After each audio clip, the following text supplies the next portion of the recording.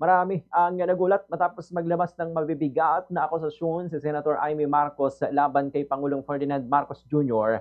at kay First Lady Lisa Araneta Marcos sa ikalawang araw ng anti-corruption rally na inorganisa ng Iglesia ni Cristo nitong Lunes. Ayon sa senadora, nalaman umano ng kanilang pamilya na gumagamit ng ipinagbabawal na gamot ng Pangulo. Binanggit din niya na sangkot din umano sa parehong issue ang First Lady at sinabing lumala pa raw ang sitwasyon dahil sa pareho umanong gumagamit ng mag-asawa. Hindi pa naman malinaw kung may ihahain na ebidensya si Senator Marcos upang patunayan ang kanyang mga akusasyon. Ganito ang bahagi ng pahayag ni Senator Amy Marcos. Sarili mo, magpagamot, alisin ang droga sa iyong sistema.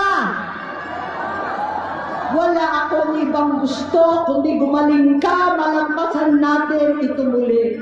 Dahil wala akong ibang hinahangad bilang ate, kundi maging masaya ka, maging ligtas sa panganib, malusog, matagumpay sa buhay. Samantala, itinuring naman ni Undersecretary Claire Castro bilang isang desperadong hakbang ang pahayag ng senadora. Sinabi ni Castro na kung negatibo sa drug test ang Pangulo, gaya ng kanyang binanggit sa live stream, dapat ay tumutok na lamang si Senator Marcos sa pagtulong sa kampanya ng administrasyon laban sa katiwalian. Ganito naman ang bahagi ng pahayag ni Undersecretary Attorney Claire Castro. Alam natin kung anong motibo niya. Dahil ba maaari ng lumarga ang pag-iimbestiga tungkol sa korupsyon at maaaring tamaan na ang kanyang mga kaalyado sa Senado? Hindi ba siya natutuwa na yung kapatid niya mismo, ang Pangulong Marcos Jr., ang nag-umpisa para imbestigahan ang mga maaanumalyang